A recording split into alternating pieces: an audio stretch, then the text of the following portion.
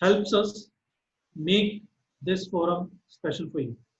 Because with each new learning every time, we empower each other. We empower each other to take the good things forward. And that is where the forum of Blend Talks is getting successful. Thanks for each one of you to making it. August has started phenomenally well. We already have 3 great sessions this month, and the next one is even better. What happens in Blend Talks? We bring a good, unique topic, something which really adds value, so that 1.5 hour that we are together, we really take away something really good. We do have a bit of fun element also. And once we shortlist the topic, there has to be somebody who has to really justify it. And that is where our keynote speaker comes in. Somebody who has got exceptional capability to really tell us something unique. Interaction. So this forum is all about you, audience. So each of you has an opportunity to interact and give your views, share your thinking thoughts. And finally, the key learnings. What do we take away? There is an open house where we give our announcement for the next session and what all new developments are there. This is what happens at Blend Talks. The 360-degree approach of Blend Global, yes, not just into training, but into developing the entire training ecosystem. What all we can bring in. And just to update you on the new development, yes, we will be including culture, Indian culture, as one of the prominent focus areas that each of you can imbibe during your training forward. We are a great individual colors of talents, capabilities, and potential. But yes, when we get together, it is simply magic. Our theme today is our culture. So the cultural heritage that we strongly, each of us, represent. I want to ask you one question that you can reply on the chat box. Whenever you visit something which is from the past, say any literature, any art form, any place, or come across any of the diversity in Indian culture, what is the feeling that you get? You can just type the feeling that you get whenever you come across something related to our culture.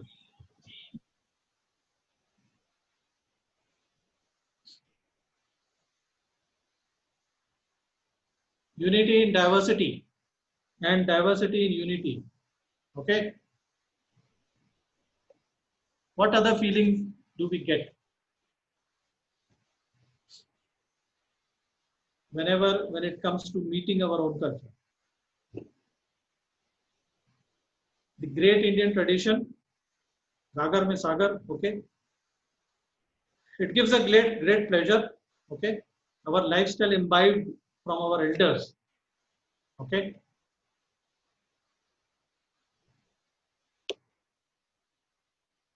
We are missing a very strong word here that starts with P. Proud. Mr. Arun Prakash has just made it right. It is a sense of pride. And that is where we are different from other countries or other cultural heritage. Ours is a wide, vast, rich, deep, and a thoroughly deep-rooted culture that we come from. Second is the feeling of connect. Connect is that we really belong to something which has got a very strong background, strong past, strong legacy, strong lineage. So that connect, I think, is our responsibility to take forward to the generations 10 years, 50 years down the line. And that is why the theme of the cultural heritage came in today. Our keynote speaker, Dr. Ramesh Gaur, he has been in one of the most pivotal positions driving the Indian culture across. Few of the accomplishments that he has done, he has contributed strongly in the field of digital meeting the culture. That means the literature, manuscripts and everything getting digitized. He has been the first Indian representative member in UNESCO under their forum of memory of the world. The associations, affiliations, and his contribution extends to almost 70 different areas, different bodies, from where he is really making it possible. Presently, he heads the Kala Nidhi division. It takes care of the literature part of the Indian cultural heritage. One more key area that he has contributed very, very phenomenally is the area of research publication ethics and plagiarism. Something like 100 plus lectures he has given on this topic. This area has often been neglected when it comes to, so a man of phenomenal and exceptional contribution which he has done. I was just going through his profile, and just to mention, it goes beyond 28 pages, and each page, each word is worth it. So a generous welcome to Dr. Ramesh Gaur from the Training and Education Fraternity. Sir, this fraternity is someone who brings a very strong respect in terms of the achievements that you have done, your contribution. And we also give you a strong commitment that whenever we often do a lot of examples in our training programs. So I think with you around, it will be the best to take the examples from the Indian cultural heritage taking forward. So welcome to Blend Talk, sir. And now it would be a privilege that you take over and address the audience. Thank you, Saurabh, for your kind introduction. Your so much appreciation. I don't know I am worthy of it or not, but I will try to do share something which I love to do. Cultural heritage is my passion, not just profession. So I will try to share something. Let me first share my screen, and then we'll start.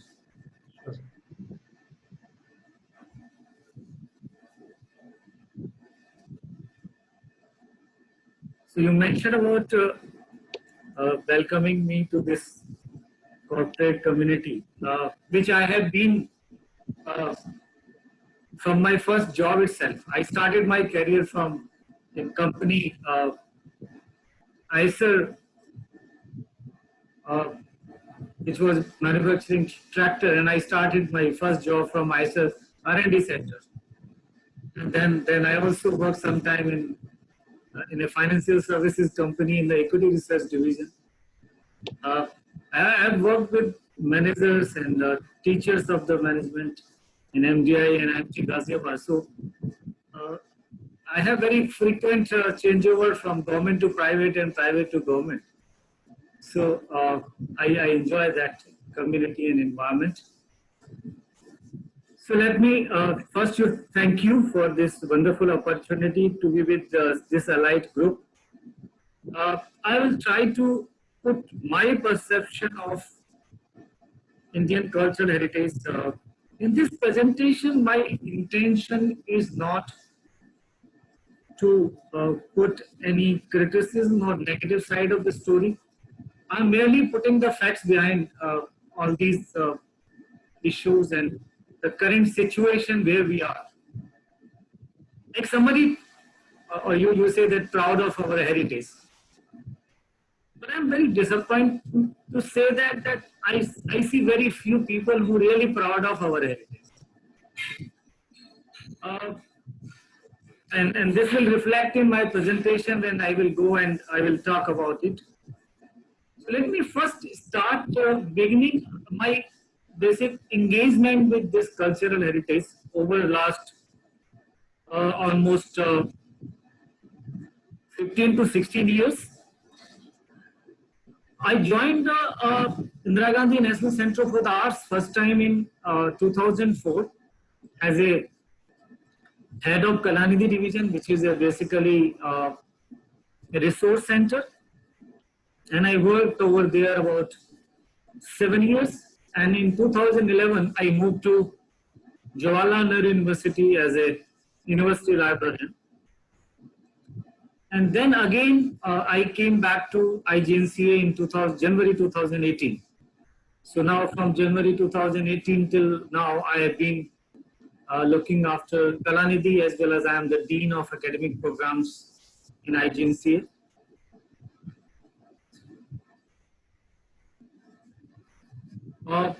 During this period, I also headed various other divisions of IGNCA, like I was the director of National Mission for Manuscript for Beat period, and I also heading another academic division, Kalakush, for a year or so. And currently at IGNCA, I'm also responsible for implementation of Memory of the World program in India, as the IGNCA is the nodal center. Another important engagement, International Federation of Library Association is one of the largest body of libraries and archive in the world. So last almost more than 12 years, I have been engaged with that. My engagement started within 2009 as a member of Art Library section. Then I become member of Regional Committee on Asia Pacific. And currently I'm also the member of International Program Advisory Committee of IFLA, which direct various kind of cultural heritage initiatives. Besides, as you mentioned, that I am the first Indian nominated to UNESCO International Advisory Committee of Memory of the World program. I have also been associated with some other cultural heritage international project. I was member of International Consultative Committee on Digital Dunhuang. Dunhuang is one of the very big site from 2014 to 19 for 5 years. I also helped in setting up a International Center for Documentary Heritage in South Korea. And besides that, I may have visited over 10 to 15 national libraries of various countries as a speaker or as an expert or as a member of some group or committee or conference, etc. So last almost 15 years, I am very closely working with Indian cultural heritage in different roles. I'm also National Coordinator for Expert Group formed by the UNESCO New Delhi office to look after these programs. So with this introduction and my experience in the heritage, I will try to make you some fact known about the cultural heritage. Let me just, sometimes or many times people never have exact idea what different kind of cultural heritage. So basically how you divide cultural heritage in different categories. So first is the documentary heritage, which include any kind of print, audio, video, handwritten, manuscript, or microfilm, or any digital document. That comes under documentary heritage. Then we have another category, intangible culture heritage, which include folk music, oral tradition, performing art, social practices, rituals, festivals, traditional knowledge systems, knowledge and practices concerning nature and the universe, knowledge and skill to produce traditional craft. So these are all form of intangible cultural heritage, which we cannot touch, we can feel it. Then comes the tangible cultural heritage, which we can touch and feel also. And it is having different categories like movable cultural heritage, paintings, sculptures, coins, artifacts, and art objects, etc. Immovable cultural heritage like monuments, archaeological sites, and places and buildings. All these things are comes under immovable cultural heritage. And then comes underwater cultural heritage, shipwrecks, underwater views, and cities. So all this comes under underwater cultural heritage. Then there is another category of cultural heritage which is natural heritage, created by the nature, like various kind of cultural aspects related to landscapes, physical or biological or geological formations. So in that way, India is having a vast heritage. As an estimate, let me give you just example of one heritage. We have currently estimated about 60 lakhs manuscripts, handwritten manuscripts, and as an estimate, it may be 1 crore. And in ancient time, it is estimated that we may have 10 crore manuscripts. Now you can imagine how these 10 crores have been reduced to 1 crore. Because during Mughal invasions, a lot of manuscripts were destroyed. Great manuscript libraries like Nalanda and other places were damaged and destroyed. And later, during the British period, a lot of valuable manuscripts were taken by the Britishers and other people. So in that way, like as an estimate, we have 1 crore. It means we have already lost near about 9 crore manuscripts during last so many years. Now, how this cultural heritage has been organized in India? Mainly, it is under the Ministry of Culture. So there are different category of institutions. There are about 45 institutions, Ministry of Cultural institutions, which have been divided into three categories. We can call it knowledge organizations, which are responsible for preservation of documentary heritage, National Library of India, National Archives, Nehru Memorial Museum Library, Indira Gandhi National Center for Arts, Raja Raman Library Foundation, Delhi Public Library, Rampur Raza, Khuda Works, Thanjavur Maharaja Library. And these all Ministry of Culture institutions are responsible for preservation of documentary heritage. Now then there are certain kind of Ministry of Culture institutions responsible for preservation and access to tangible cultural heritage like Archaeological Survey of India is the largest one. Then different museums, a National Museum and other museums. Then there is a different kind of other institutions, National Museum, Institute of History of Art, National Council of Science Museum, and National Gandhi Heritage Sites Mission, Nation Culture. So all these comes which are responsible for tangible cultural heritage. Then there are institutions which are responsible for intangible cultural heritage. National School of Drama, IGNC, Sahitya Academy, Lalit Kala Academy, Sangeet Natak Academy, different cultural centers, North Zone Center, South, West, East, and then Kalakshetra Foundation. So these are the Ministry of Culture institutions responsible for preservation, digitization, access to the cultural heritage. Besides, there are certain other organizations which are not part of Ministry of Culture, like state archives, state libraries, and various public libraries, state museums. So all over country, in different states, you will find different state government organizations or district level government organizations or public libraries, which are preserving various kind of cultural heritage. There are certain old universities which also possess some kind of manuscripts and other heritage material, and there are large number of collections also preserved in these institutions, or maybe Aligarh Muslim University or Jamia or Vishwabharati University, Shantiniketan University, and many other universities. So basically, what are some key issues regarding access to cultural heritage? Because this cultural heritage is for the people, for the humanity, for everybody to access it, enjoy it, entertain it. So there are certain key issues concerning access to cultural heritage. Like we are supposed to collect, store, and organize for long-term preservation, for long-term, for the access to the posterity. We need to select, digitize, organize, and validate contents to create an effective archiving system for users. Because ultimately, these resources are meant for various purposes. And it should be accessible to all users, irrespective of the technology they use or their disabilities, including navigation, content, and interactive elements. Access systems should be user-centered, centric as per the needs of the user, relevance and ease of use. It should take care of multilinguality, access in more than one language should be provided. It should use interoperable system within cultural networks to enable users to easily locate the content and services that meet their needs. And we should provide all these access, keeping in mind copyright, ownership rights, and other legal issues. So there should not be any kind of conflict of interest or conflict in terms of usage.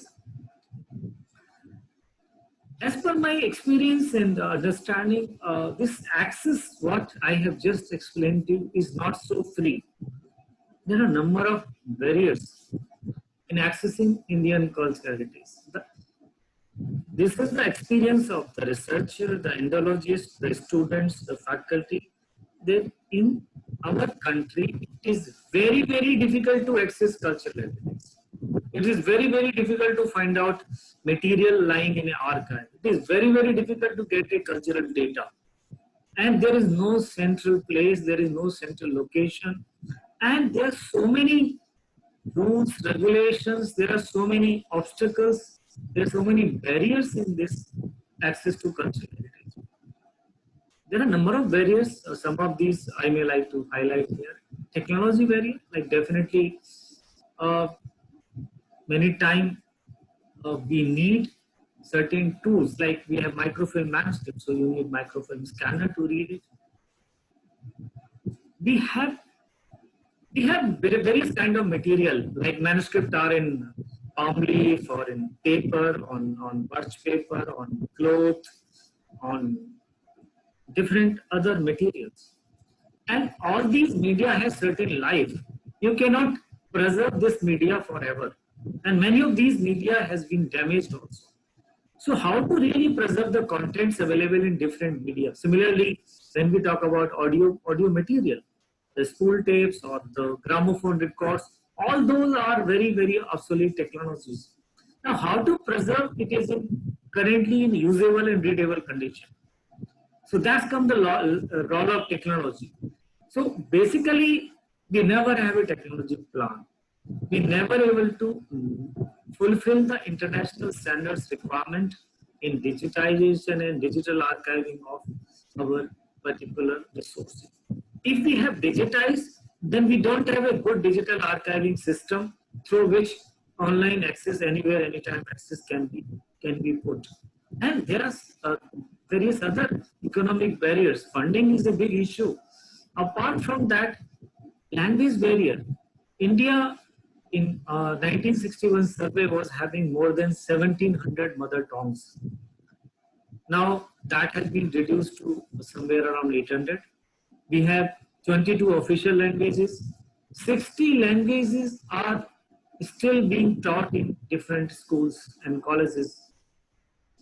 But when we talk about the cultural heritage, take example of manuscripts. We have millions of manuscripts, and these manuscripts are in different scripts like Pali, Prakriti, Brahmi, Modi, Tiglari, and very few select scholars can read these manuscripts.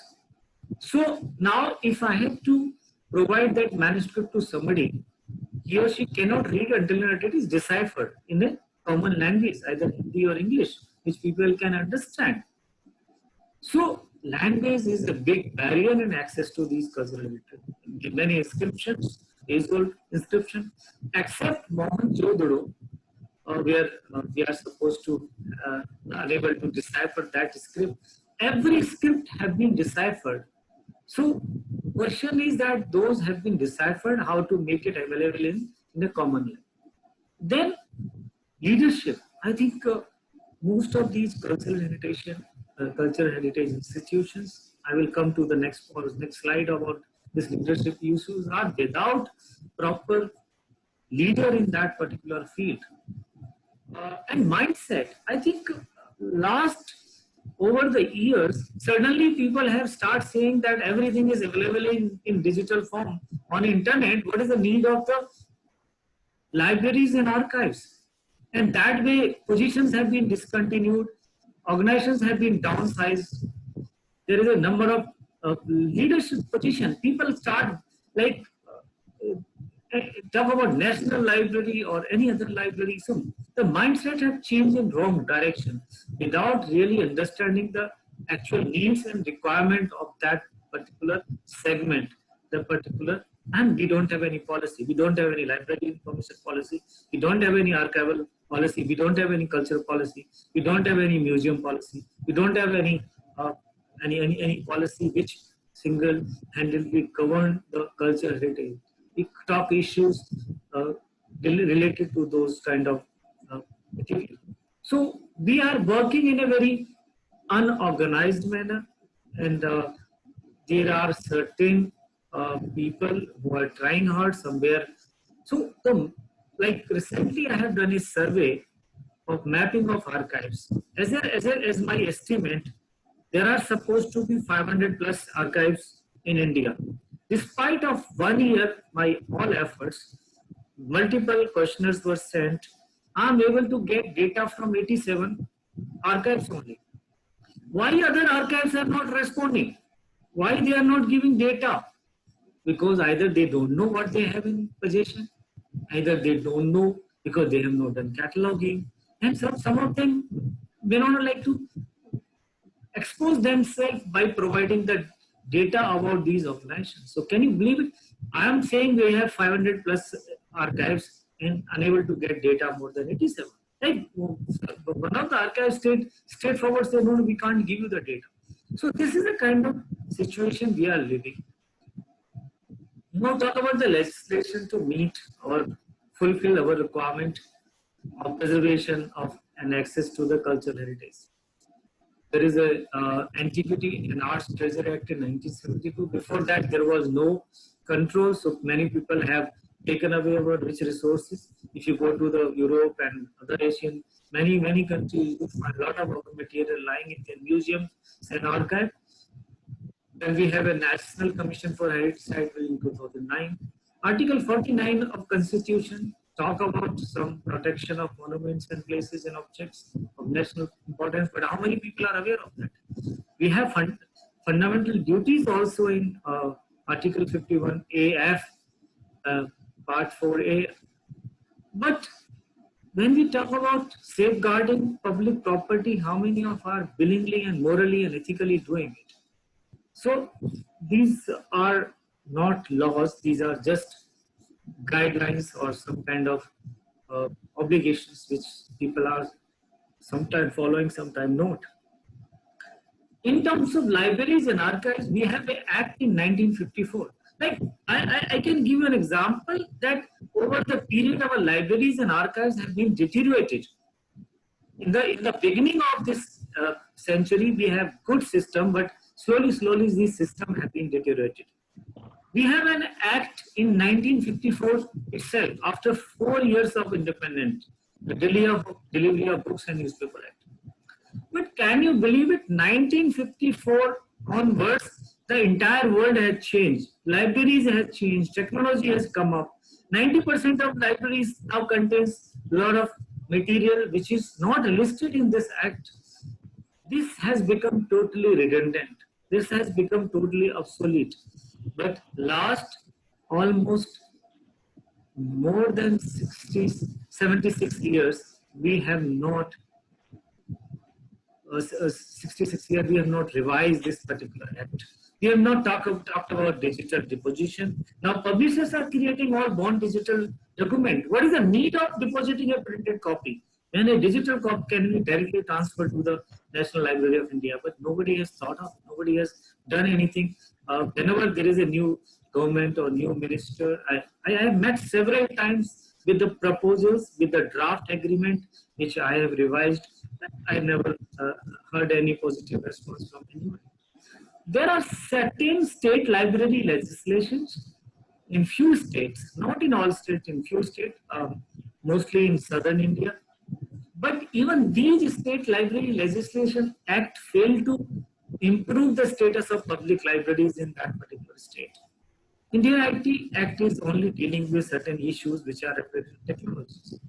So in that context, these laws are no way helping, these laws are no way guiding protection of safeguarding the heritage and also not helping in the cause of public access to the information. When we talk about use of technology in digitizing or online access and digital preservation of cultural heritage, there are certain important things to be understood by everybody. When we talk about automation, we are talking about creating an online catalog, or we are automating the in-house operations of a library or archive or a museum. So automation is dealing with the day-to-day operations activities and at the most knowing which material, which book, which library, which artifacts, which photographs lies in that particular library. That's the job of automation softwares and automation. Somehow, even that, for the libraries were automated in the Western world in 80s or more at the most in 90s. We're still struggling to have an online catalog of many of our libraries and archives, particularly in cultural institutions. Talk about digital library initiative. What it involved? Digitization of converting non-print into electronic, print into electronic, audio into electronic, and creating a metadata. Metadata is a kind of catalog of online resources, and then integrating it in a digital repository software, maybe DSpace or any other good digital archiving software to make it anywhere, anytime access, which is still a reality to come in this country. Except one or two examples, everywhere there is no digital access. Digital preservation is an advanced thing of digital libraries. How it is advanced version? Like in digital library, we are focusing only on current access. But in digital preservation, we have to plan for preservation of the contents for the foreseeable future and for the posterity. Means we are preserving the content and irrespective of data, technological obsolescence, irrespective of change in the version of the software, irrespective of any kind of new technological development or reading software or writing software or printing software, that data should be regularly migrated for further use and reuse. So in that context, India does not have even a single program or project on any kind of libraries, archives in this country. We are an IT superpower. We are guiding many countries in developing digital preservation projects, but in our own country, nobody has ever planned, nobody has ever thought of this kind of reality. Now, when we talk about museums and other places, we are still need to experiment virtual reality, augmented reality, and use of immersive technologies in making multimedia presentation, virtual museum, virtual exhibitions. So still we, like during lockdown, if our museums are closed, we don't have any way to access the resources, artifacts, objects. And it is not just accessing those, it is a way of promotion and providing access to the global community by using these kind of technology to our museums and archives. So I think we are still even not experimented in any of our organization these technologies. Why digital preservation? Because preservation links the past with the future. Libraries are the carrier of our age-old or ancient civilization, from one agrarian to technology to industry to and to current knowledge society. So we have moved, and along with that, our cultural heritage has played a vital role in that. Knowledge is one of the few things that lasts. Every media has certain life. It cannot be preserved forever. One day, it may be any kind of media, it will finish. So we have to migrate the contents of that media into another continuous media. Now, significant part of the world's knowledge and heritage is created in on digital form. So you have to think of preserving in digital form only. So everything needs to be preserved as memory of the world. This entire media, which is starting from the clay tablets to the optical hard disk and plain flash drive or pen drive. Like if you see the journey of this particular modern media, we have really improved in terms of storage capacity. We have moved in the quickness, portability, or in terms of accessibility. But when we talk about the life expectancy of media, we are going down and down. Like when we talk about clay tablets, the life expectancy was near about 10,000 years or more than that. But in case of a floppy CD drive or flash drive or hard disk, you are not sure. It can crash any time. So in that way, I think we are living in an age of uncertainty in terms of storage media. So definitely we have to work out different ways of storing our contents, and it has to be multimedia format, and that's why I always say that when we talk about preservation of cultural heritage, we should not depend upon digital technology only. We should go for digital plus microfilming. So digital technology is good for access, microfilming is good for long-term preservation. Easy to reproduce, easy to duplicate. So I think these kind of policies and plans are hardly we have looked into that. Now, why I'm saying again on this modern concept of digital preservation and access. Why I'm linking preservation with access? Because libraries, museums, archives, and communities are societies' knowledge hubs and primary information providers. Digital technology opens up a total new perspective for research, teaching, expression, publication, and communication of information. The reasons for implementing a digitization project, why I'm insisting again and again digitization, digital archiving, digital preservation, etc. Because digitization provide increased access. It improves services as you can use that for multiple purposes. It reduces the handling of the fragile documents or artifacts and art objects or brittle books. So you can enhance the life of that particular original cultural heritage. And it helps in developing various kind of collaborative resources. So that's why digitization is must. Without digitization, you cannot preserve the current heritage. Now, who are managing this particular these particular organizations? The biggest problem, the first most important problem which I want to highlight, if we don't have good cultural digital repositories or cultural heritage digital repository, is because of lack of planning. And who plan? Who make the policy? Leadership. And my personal experience of 15 years say most of the time the positions of National Library, National Archive, Delhi Public Library, and all these institutions, national museums, remain vacant. Most of the time remain vacant. And if it is somebody is appointed for 1 or 2 years, so most of the time it is in the hand of the people who are running administration, or maybe deputy secretary or joint secretary or additional secretary or official from different institutions who are responsible for. Give you an example. Central Secretariat Library is one of the very old and responsible library. The last 10 years, the position of Director Central Secretariat Library has not been filled up. It is being managed by a person who is Deputy Secretary in Ministry of Culture or Director or something like that. How you can think a person who has never studied about libraries can run a library? This is the state of, like we are talking about Rampur Raja, great Rampur Raja library. we have been appointing since beginning the people who are more into like academics and history and all those things. Like they are good. So why don't you have parallel position, or if you want to have good quality research contents, have a person with historical or academic background. But there are certain technical things for preservation. A conservator can do conservation. A librarian can think of access and cataloging and digitization in digital library development. So why don't you think a model which can fulfill all the needs? And most of the time, either these are background or headed by somebody with person with no background. And even at staff level, positions are reduced drastically over the years. Many people believe because of internet the workload has reduced. I can prove it. Because of internet now there is more complexity.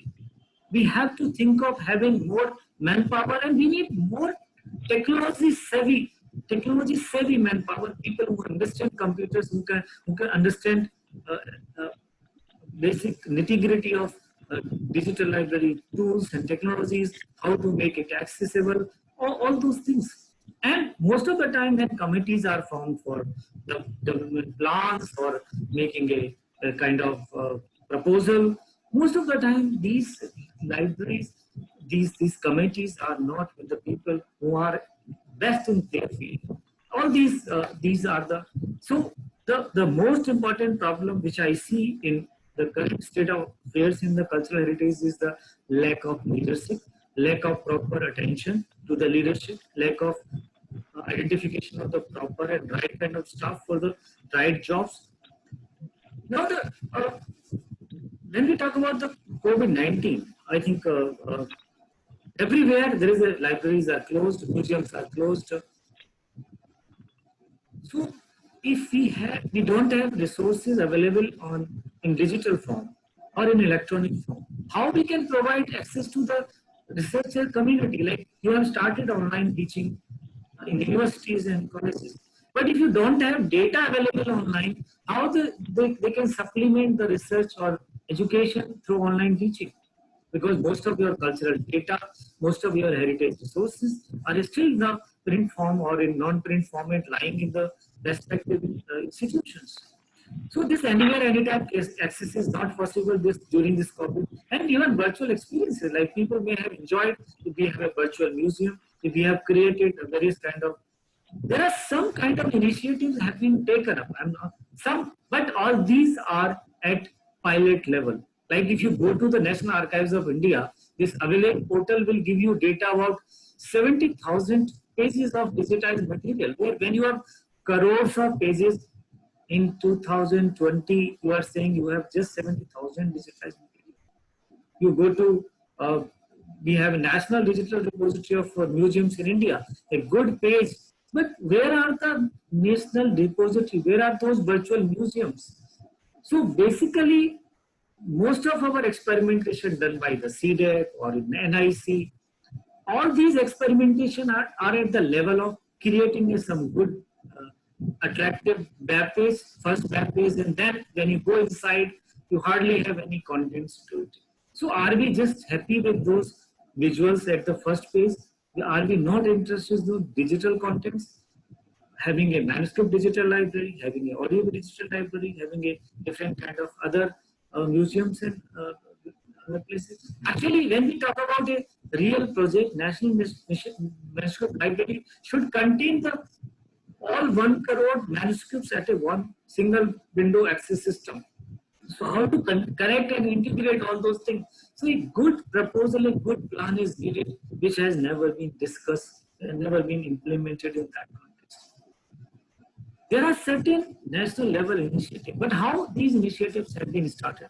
I'm sorry to be a little critical and blunt.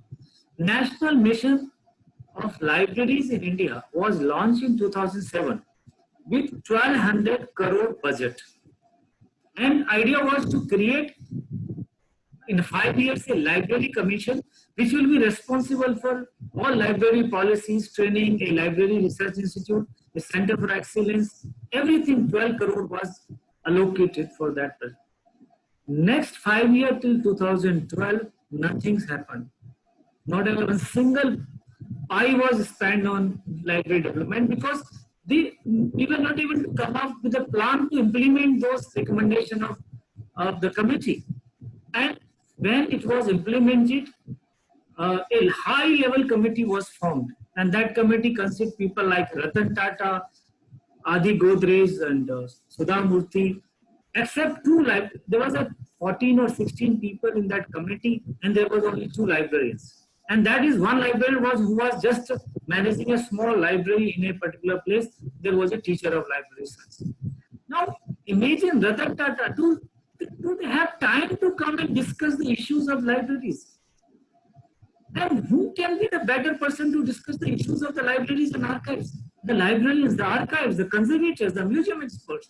How you can expect from a business person or a person who's so busy, India's, he may be a tycoon, he may be a double agent, anybody. But unless you are not knowing the basic problem and issues involved in a particular field, how can you think of making a plan? And result was that committee decided to launch a National Virtual Library of India. National Virtual Library of India, and the proposal was initiated, and Ministry of Culture asked for the proposal, and the proposal was, our contract was awarded to IIT Mumbai. IIT Mumbai, person from different field, professor. So in this entire project of National Virtual Library of India, except one professor of library science from IGNOU, not a single library community involved in it. Even the cultural institution, they never been discussed that what you want. So after even 5-6 years of this project, even a basic union catalog is not in place. Forget about digital repositories. We have spent crores of rupees on such projects, but ultimately result is not what we want. I'm sorry, I'm not in intention of criticizing any. I'm not here to finding fault in the system. My heart beep and cry when I see that after spending crores of rupees, we are not able to come up to what our expectations. Our libraries are still suffering. We still don't have a digital archiving system. Similarly, there was a project initiated by the Indian Institute of Sciences Digital Library of India in partner with CDAC and MICT. 1 million books were digitized under that project. Now, where are those 1 million digital books? Nobody knows. Because never a policy, never a plan was done. We never thought of having a complete structure for a project. When we are talking about a project, many of these books are available in the Internet Archive in US, because during the period when this digitization was done, Internet Archive slowly, without informing Digital Library of India, transferred some data in this Internet Archive. So some of these books are available, but our own creativity, efforts, money wasted on those kind of things are still not accessible. We planned with huge fanfare Center for Excellence in National Digital Preservation at CDAC, Pune. Where is that? Not a program, not a single good activity has taken up in the direction of digital preservation program. Now, luckily, some good initiative in form of National Digital Library of India. I see some kind of hope that this harvester has, but this is not a digital library. This is a harvester, which is collecting the metadata from different sources and providing a single window access. So still, in this country, we do not have a single national digital library project in operation. So when we talk about role of IGNC, I think I would like to highlight how at IGNC we are trying to do something. IGNC, which is a body of Ministry of Culture, most body was set up in 1987 as an autonomous trust of Ministry of Culture. We have divisions called Kalanidhi, Kalapur, Janpasampada, Kaladash, Culture Informatics, Sutradhar. So basically we have 9 regional centers also. And almost all resources are under Kalanidhi. We have more than 300,000 manuscripts, which were microfilm in 1989, from 1989 to 2009, and have been digitized. We have more than 4,000 digitized rare books. We have more than 1,08,000 visuals. We have more than 1 lakh other photographs, paintings, and other cultural material. So, in a nutshell, we have almost uh, more than at least 5 to 6 lakhs digital objects which are digitized, which are available in PDF and some in PDF and mostly in TIFF format. So, but let me clear you one thing: these are digitized, but not digitally archived. So that's why I'm saying we don't have a single digital library in place. Uh, Agency also organize different kind of research programs, publications, meetings, and we also preserve a lot of public personal collections of various eminent scholars. Like we have 24 personal libraries of eminent scholars like Dev Murarka, sketches, Sanjita Chatterjee, Acharya Jari Prasad Dwivedi, Professor Maresha Nirgu, Dr. Kapila Varshan, Dr. Jaydev Singh, and so and so. And we also have 45 personal collection of people like Anand Kumaraswamy, Lance Jain, dance collection of Mohan Kokar, and many other collections. These 300,000 manuscripts which IGNCA collected from 52 libraries are on different topics. Now, why I'm talking why digitization is important? Like we have very limited scholars who can decipher it. You need a large amount of scholars who can understand. If you put these manuscripts online, so people who understand those scripts can decipher it, can think of putting it in a common language. But somehow I think we are unable to put it online because of lack of funds and lack of softwares, digital archiving software. Agency is also in the direction of having some PG diploma courses. As a dean, I'm responsible for these programs. We have these PG diploma in cultural informatics, in preventive conservation, in Buddhist studies, in anthropology, in calligraphy, where we are teaching 6 ancient scripts: Brahmi, Prakriti, Pali, Bodhi, Tigrari, and Sharda. We have courses in South Asian studies, in culture management, in travel culture. We also have certificate courses in documentary and ethnographic filmmaking, folklore and intellectual culture heritage, Indian knowledge traditions, open access resources for researchers, research methodology, research and publication ethics. We have also started 4 online courses. And in terms of like till 2009, IGNCA was having microfilming and digitization of manuscript. After the launch of National Mission for Manuscript in 2003, IGNCA Kalanidhi division stopped taking up the project because it was duplication. So that's why it was decided that now NMM will do all those things. Now, let me give you what very interesting how our policy or plan are being done and how things are lacking. When this National Mission for Manuscript was launched in 2003, since then and now, there is always a person who is heading it is the person who is with some kind of scholarly background in the Indology or in history or something like that. Now, I will give you the main function of National Mission for Manuscript: identification, documentation, conservation, and making accessible manuscript heritage of India. All these objectives comes under the specialized job of librarians and conservators. Now, the person who is coming with the scholarly background, he cannot understand what exactly, how to catalog, what metadata standard has to be used, and what is the result. Although this 43 lakhs manuscripts have been documented, but how these manuscripts have been documented? There is a basic cataloging format, which is not as per the international standards. Like Mark 21 is a standard which is known for cataloging of any such material. But we have not used that marked up format. So these 43 lakhs manuscripts are cataloged in a format, and very basic details have been provided. So when tomorrow, if you want to use some international software, we have to do a lot of rework. And when we are digitizing these manuscripts, like 3 lakhs manuscripts are digitized, but where they are lying, They are lying in CD and DVDs. Even a catalog is not connect with that particular kind of thing. So I think what ideally we should have done in a national mission for manuscript, we should have 3-4 equivalent positions of a director of library, director of conservation, director of manuscriptology.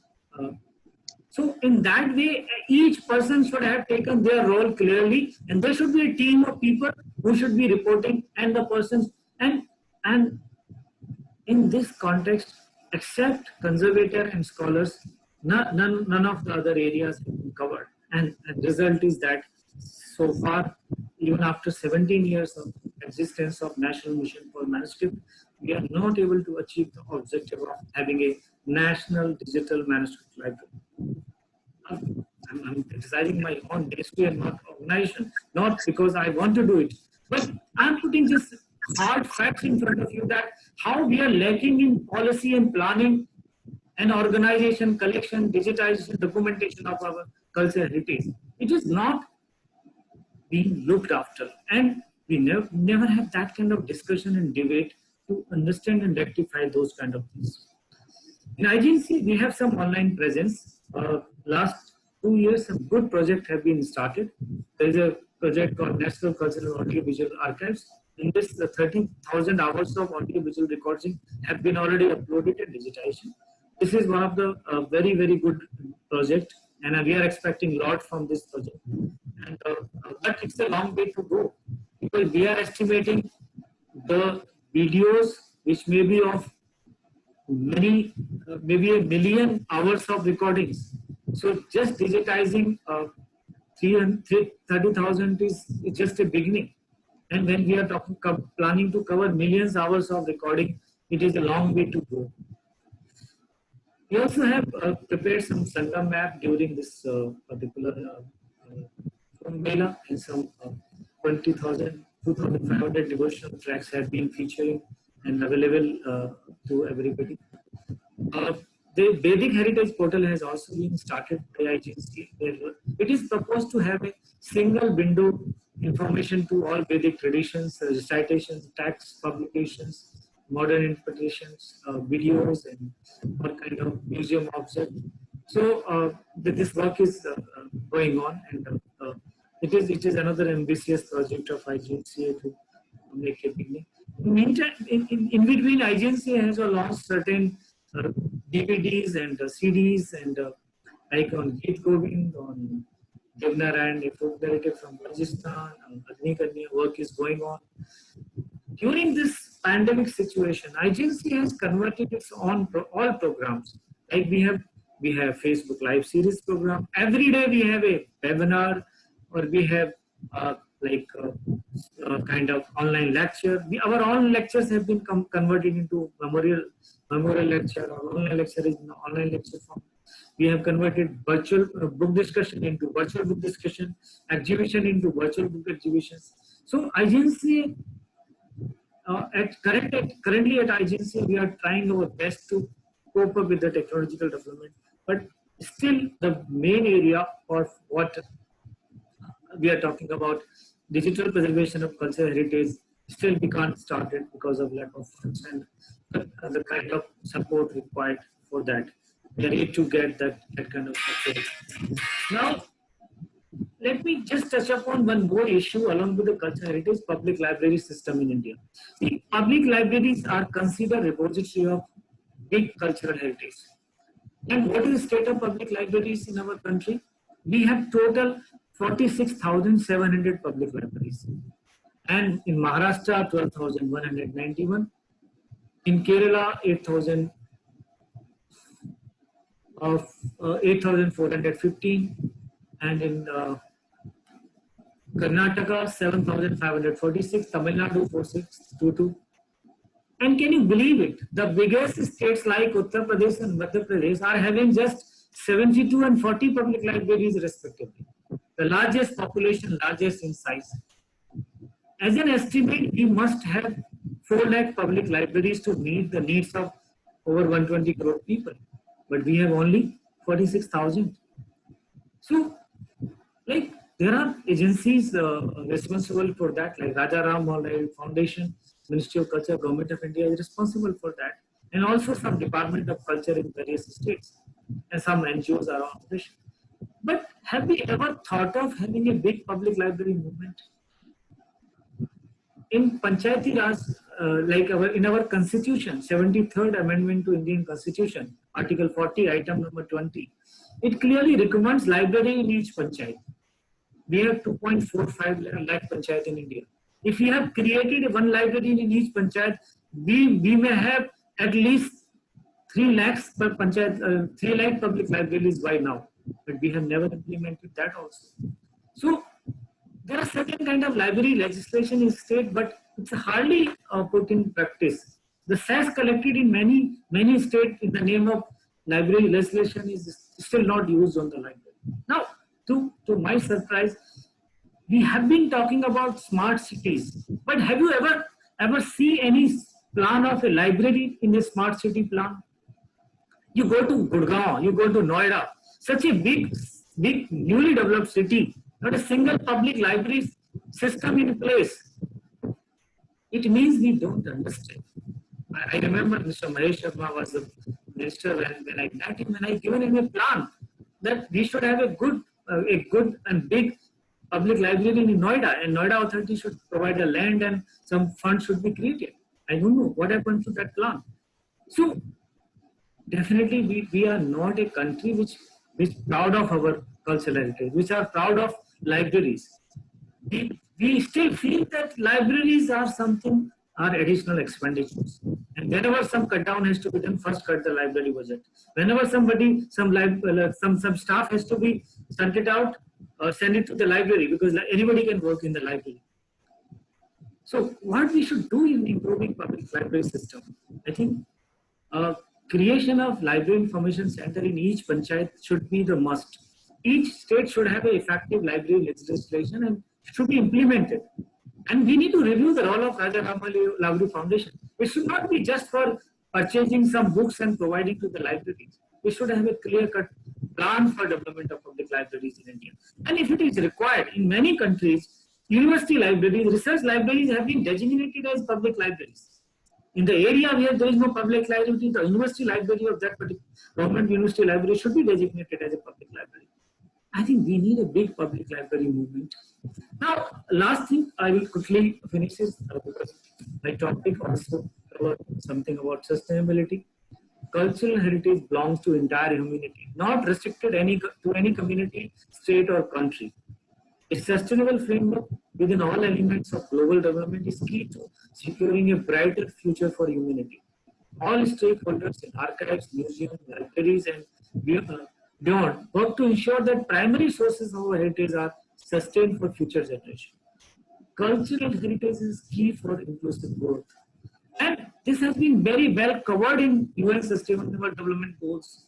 If we are talking about UN Sustainable Goals, if you want to achieve SDGs, then we have to achieve all these SDGs, which are clearly highlighting various kind of role, crucial role of the cultural heritage. It may be about make cities and human settlement inclusive, safe, resilient, and sustainable. We may be talking about gender equity by creating cultural infrastructure. We may be talking about tourism and other sectors which deal with cultural heritage.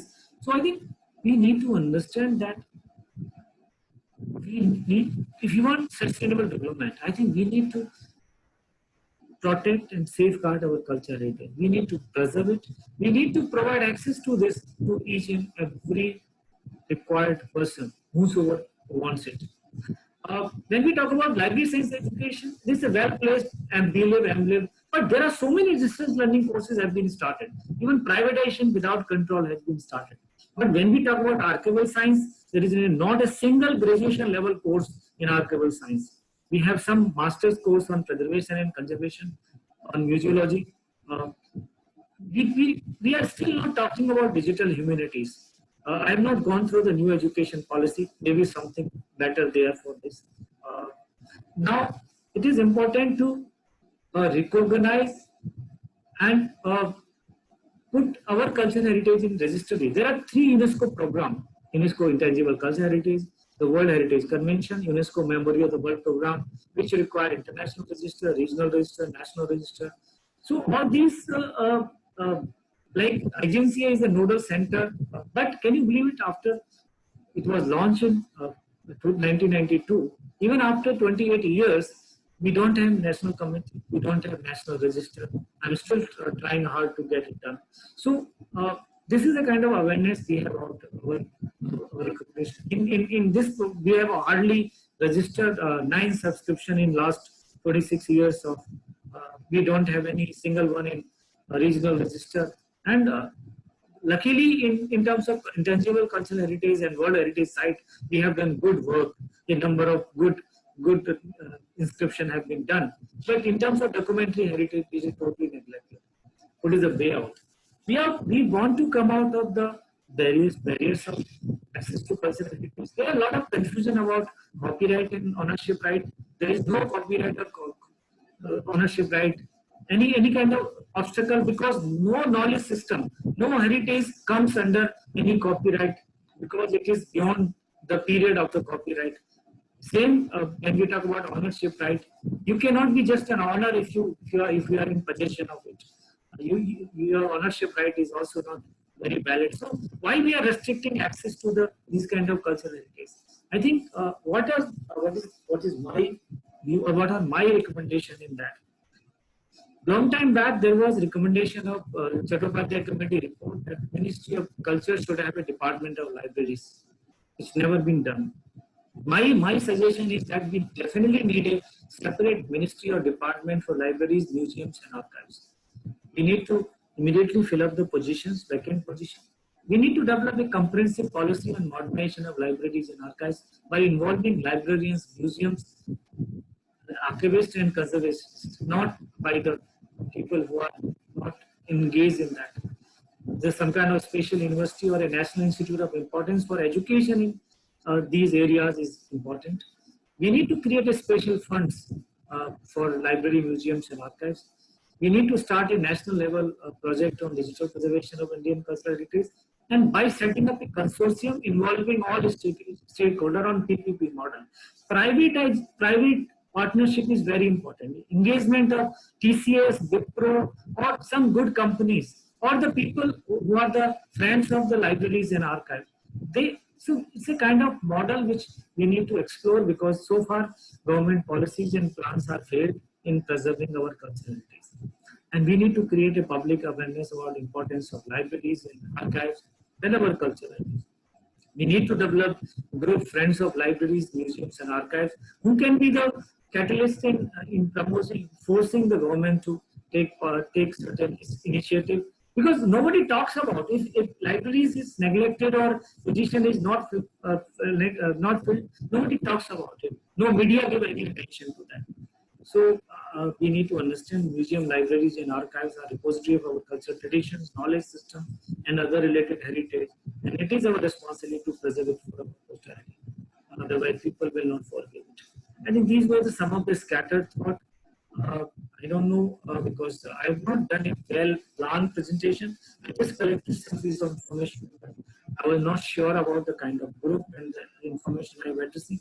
I just share whatever I feel and I experience in my day-to-day working, and it may be some kind of frustration also, maybe some kind of desire or some kind of my passion or some kind of my dream to do something to make this cultural heritage accessible and open access to all. With these words, I would like to close it, and we'll stop share my screen and we'll come back. Thank you very much for your patience. Yes, sir. They say the best sessions come when you speak from the heart. So that was from the heart, and very, what to say, as I can see, a lot of us came with a very common word, that was thought-provoking. Something which we are really proud of, our culture. The current state that you highlighted was definitely thought-provoking. So I would like to open the forum now for the audience, for their views, for their inputs, for their suggestions. Please. Dinesh sir, you would like to speak. Yes, sir. It was a very thought-provoking and eye-opening session, and we must thank Mr. Gaur. One thing I would like to add that in our place there is a Tirhuta language. It is a heritage, but there are certain issues which is lacking. What I mean to say is that the language is there, the Lipi is there, but the it is not in the written form. So people are trying to do something for it, but still they find some difficulties because the keyboard, or for preservation of this heritage, the keyboard is not available. So I am sure he must be thinking in terms of this, but I would like that we will get in touch with him later on so that we can get more information on this. Thank you, sir. Thank you very much.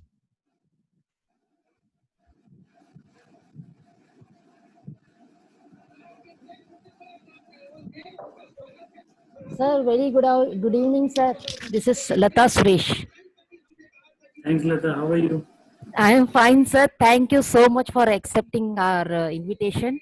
It was wonderful session, sir, and I think most of the participants here will definitely. It's a thought-provoking session of yours, and I would request Saurabh to share his thoughts as well, because we were discussing about this a few hours back about how Blend can collaborate with IGN CA, because Saurabh you would like to take a call on this. I would like to, for the benefit of the audience, sir, I have one question in mind. That as a citizen, right, and as we know, there are a lot of culture and certain belongings and everything there. So, as citizens, how can we actively contribute or preserve or play our role into this? What is a common citizen's role towards preservation of our heritage?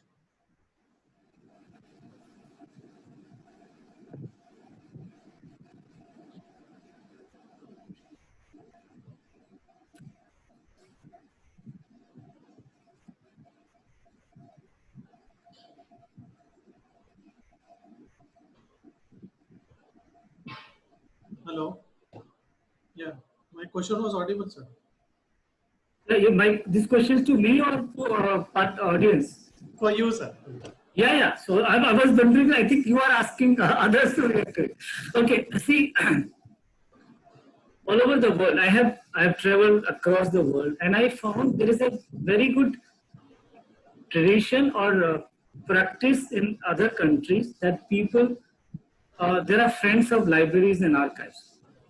Like, give you an example, in South Korea, in Seoul, there is a university, National University of Seoul. This entire university runs on the funds provided by the people. Not a single money, paisa they are using from government of South Korea. Like, when the library was to be constructed, a big industrial houses, they donated like such a huge amount of money that they were able to develop one of the best library for that university. So one is that, like, our industry or our various kind of, like, under CSR, right? This is not very common practice to donate for the libraries and archives when it is greatly required. Second is that sometimes voice is needed. See, library community is not having that kind of voice. Like somebody who's fighting for the cause of a like, give an example, National Archive of India. You go to any archive in the world, it is headed by either a person with library science background or archival science background, because they understand the need and requirement of a particular archive. In last 20 years in this, I have seen, this is just opposite to my organization. It is always headed by some person. I'm not against any civil servant. They are the great human beings. They are running our country. I have full respect for them. But what my argument is that you cannot be expert in all field. You need certain specialization and technology, learning and an experience in dealing with archival science and archival documenting, how to digitize, how to archive. Like, we should understand difference between preservation and conservation. We should understand, like, various technologies available in that. So what is happening, like, we never appoint the right person for that right job. Many times posts are vacant. So what is happening? Leadership is not there. And who wants to be blamed? I have seen many meetings where it has been fired to the people that you are not able to deliver. You are not, but how they will deliver? Then you are not fulfilling position. My argument is different. I'm talking like in our own community, our own scholars, our great intellectuals. Nobody comes forward to support and say that why our cultural heritage institutions are not performing well, why our heritage is not accessible online, why we have 1 crore document in National Archive and only 70,000 has been digitized and we are in 2020. So is it lack of funds? I don't think it's just lack of funds. It is also lack of initiative and proper direction and proper leadership. So somewhere I think our intellectual community, our corporate community should make a voice to save our cultural heritage by maybe forming a group or some kind of, like, some, if groups are already there, they should come forward and they should talk and they should. I'm not asking any kind of agitation or fighting with. It's only just convincing, because sometimes you can use your authority. You can just convincing some politician or some bureaucrat, like, no, this should be done like that. So some kind of good policy and program which lead to the good direction and good result. It is not the money. Money has been spent many times. Like, whenever we want to take some digitization, what are the mindset?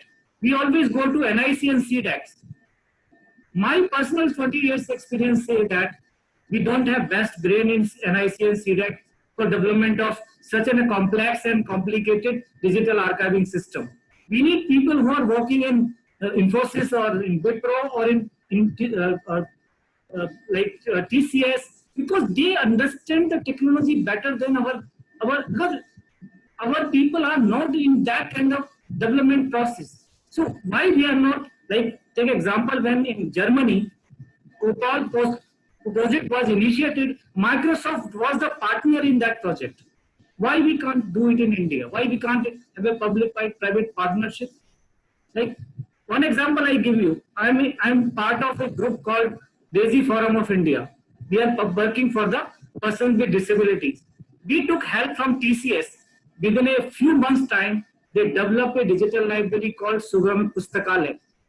And that digital library is currently having more than 2 lakhs digital books for the person with visual impairment.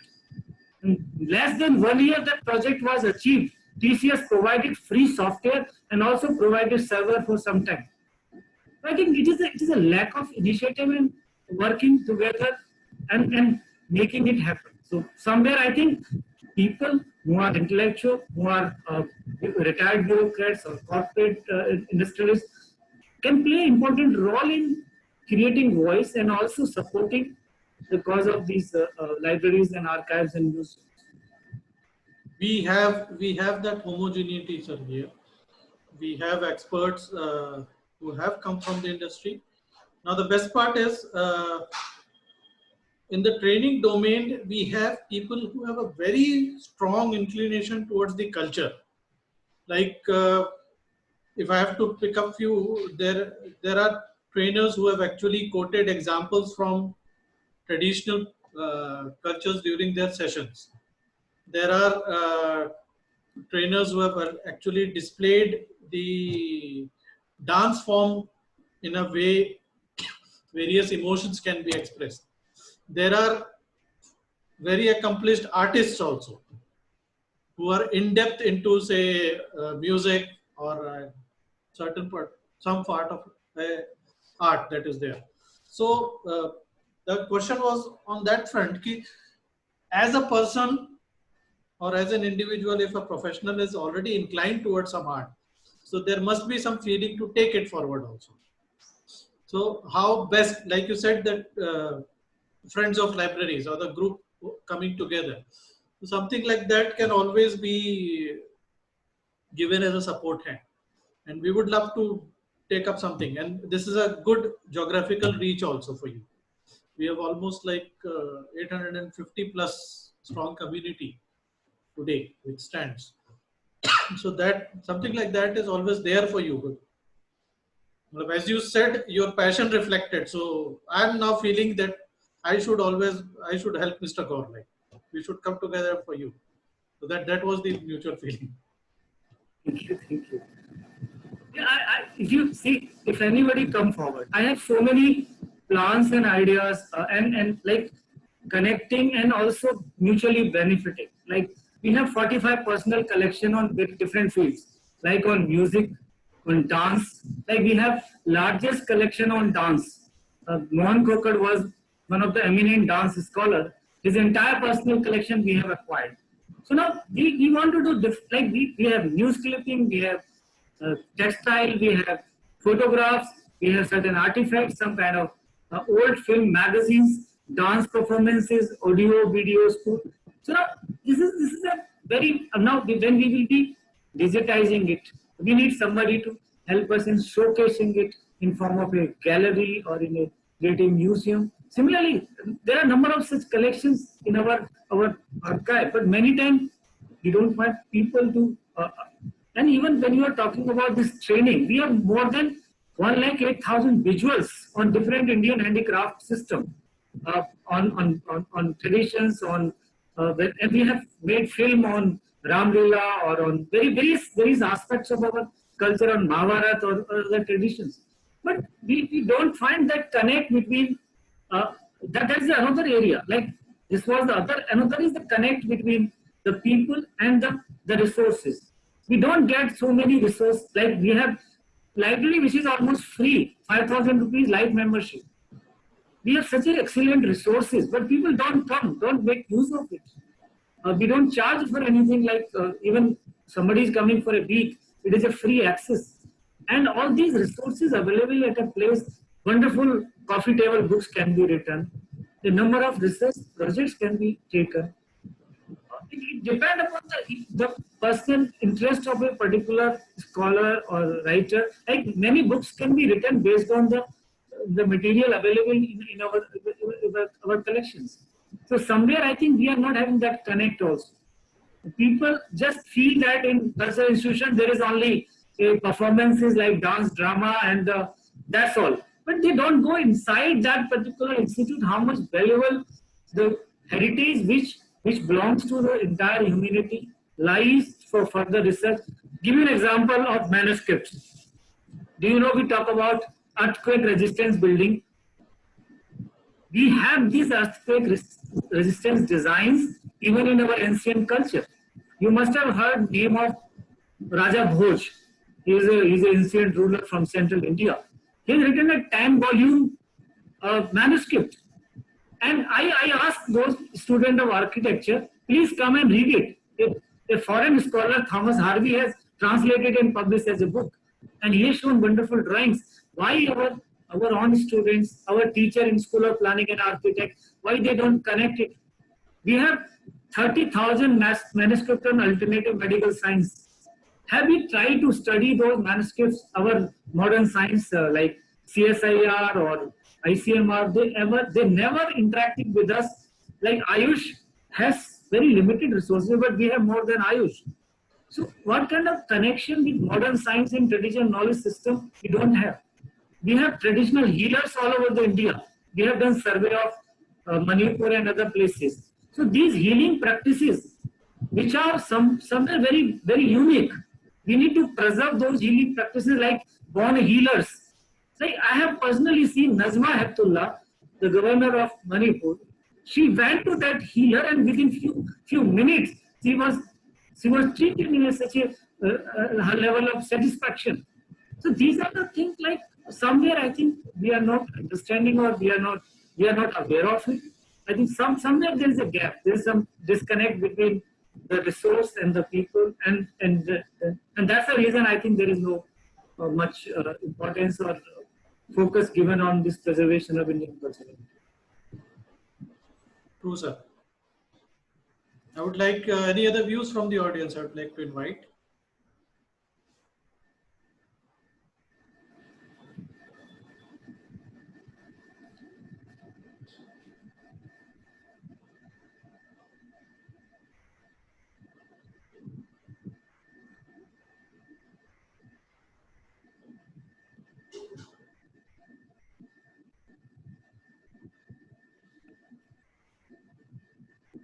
There is a question from Mr. Sharwan Kumar. He asked What is the about role of development in preservation of cultural preservation of heritage? What is the? Can you just repeat it, sir? I think there's a question, role of. Development and preservation of culture. Correct. I think my entire presentation was on that issue only, that until unless we do not preserve our cultural heritage, I think we are going to lose a lot of knowledge system. Like when we talk about handicrafts, see this is an art transfer from one knowledge system to another. Like it is sometimes it is not in documented form. So if you are not able to preserve that form, so what will happen? The person goes and the art form goes. So we are not able to have that kind of handicraft in any like in pottery making or in designing of various kind of paintings, or maybe fulkari, or in any art and craft.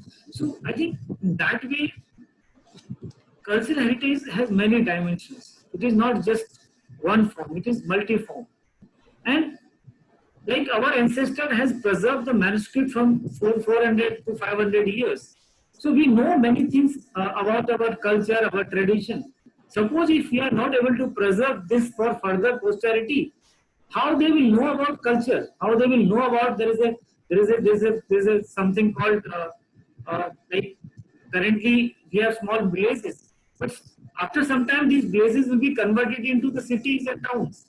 So we may not have any village. Like how they will know about rural life and all. There's so many dimensions. I think without preserving our cultural heritage, we cannot preserve, and we cannot think of development also. Like until unless we learn from our nature, from our ancient culture, everything I think interrelated.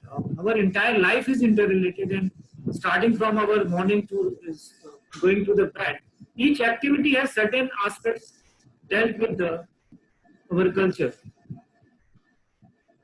In fact, just to add, during the time of COVID, the very art of greeting, that is the namaskar, which comes from Yes. Indian culture, it became a universal way of greeting.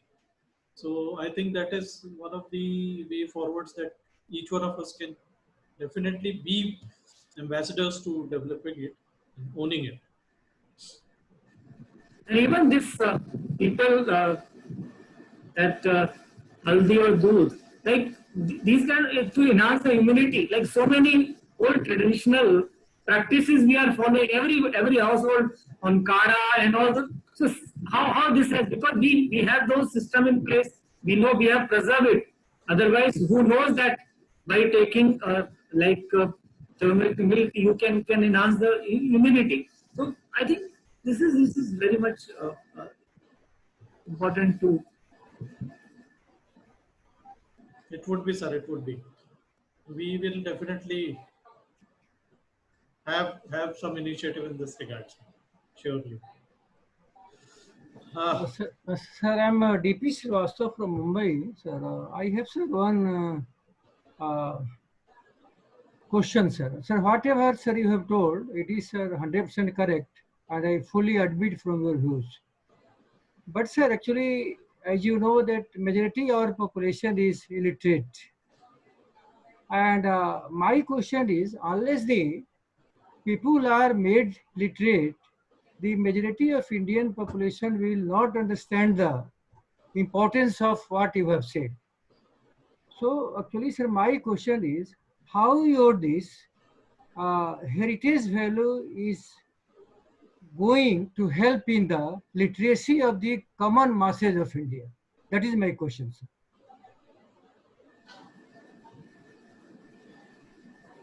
Sir, I think current statics, what we have, uh, first thing is that I think literacy rate has quite improved. Second thing, I think many think you need not to be literate to understand certain form of arts. Art is very visual. Art is something which I think even like if you see the all our handicraft and other form of art, people who even never gone to school or they don't know reading right, they are engaged in those form of arts like a lot of crafts. So I think I don't agree that it is related to more related to literacy. There are certain knowledge system like when we talk about manuscripts and certain written form of the documentary heritage may require certain literacy, but I think that is the one thing which can be done without any problem because art is so beautiful and it is in multi-form, visual form. So it make a direct impact. Person may be literate or illiterate. So I don't think literacy will have any literacy may have any problem in understanding the art. But many times like those artists who come from different part of the India to perform, uh, they are engaged in such wonderful form of arts. So, or one way I think, like suppose uh, a handicraft person is engaged in some kind of work. Slowly, when he or she see good business coming out, he or she learn something writing or learn some new technologies also. So there are chances that we can enhance or increase the literacy by engaging a artist who is not a literate person, and he can also motivate some other people. I don't know I'm able to answer you or not, but these are my scattered thought on your questions. No, sir. So, many sir, thanks. Now my doubt is clear. So nice of you, sir. Many thanks. Sir. Thank you very much, sir. Thank you, sir. Finally, sir, thank you from this fraternity. You really brought in a very strong area which we thought we should be proud of, but I should say now we should be responsible for that. So that is something really important for this community. And one of the initiatives that we as an organization will be taking forward is strong collaboration between the fraternity as bringing and the industry towards this sector, which will be coming forth in the coming days. And that is how it is. But definitely, yes, culture is something that if we own it, so we also preserve it. That is what we should commit to that. Thank you, sir. Thank you very much. And I will be very looking forward to any kind of collaboration because I'm a person who is passionate about it. It's not my job, it's my passion. And I have a dream that my entire cultural heritage should be available online. So people can make use of in any part of the world. Like people showcase few manuscripts from different countries and we have millions. definitely, that is something that. So, Really, sir, we are very much grateful to you, Saurabh, sir, that during this lockdown period and we are also stuck up at home, we are organizing such types of deliberations. Really, you deserve all the thanks from us and we are really very much grateful to you. So, Saurabh, sir, hearty thanks to you, Saurabh, sir, hearty thanks to you, sir. sir, I'll do something for your grandson also. He's joining every session from the background and running away. So Good. We can have an art and craft class for him. Thank you, sir. We have a children's library also, is small library. Yeah, we organize it on a system. It is just that on the dot time when each of you joins in, that starts the session, sir. So I'm just the gatekeeper. Many, many thanks. Thank you, sir. So, Thank you, sir. together of all wonderful people. So finally, we say a humble thanks to Dr. Gaur from this fraternity, from the organization, and for each of you joining in. This is what the essence of Blend Talks is, that we come forth with a good connecting topic and really take it forward. So that's how it is. Time to say bye-bye with a good smile. Thank you, sir. Back again on 13th. So let's keep the spirit, be healthy, and be good. Sleep well. Thank you. Thank you. Bye-bye. Thank you. Thank you, sir. Thank you, sir. Thank you. Bye-bye. Thank you, Lata. Thanks, sir. Thank you, Saurabh. Thank you, sir.